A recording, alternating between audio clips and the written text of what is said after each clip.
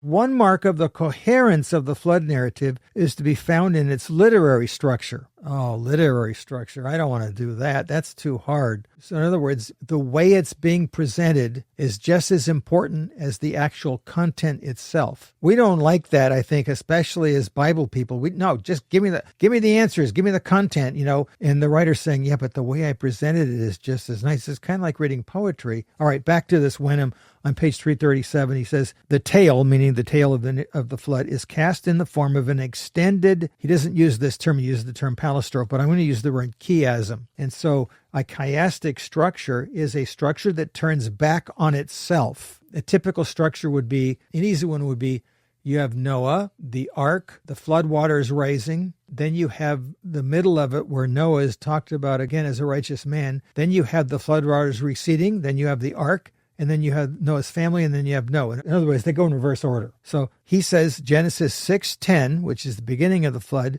to 9:19 appears to be a chiasm containing 31 items. Now, that's a lot of items. That's a ridiculously long amount of items, and this is probably why it's not so easy to see, although English literature people probably will find this a lot faster than anybody else. I think it's brilliant. In fact, Wenham says it wasn't real hard to make this, except that if that's the case, then the literary structure of the event is more important than whether or not you can resolve. In other words, these are not two traditions. They're repetitive on purpose.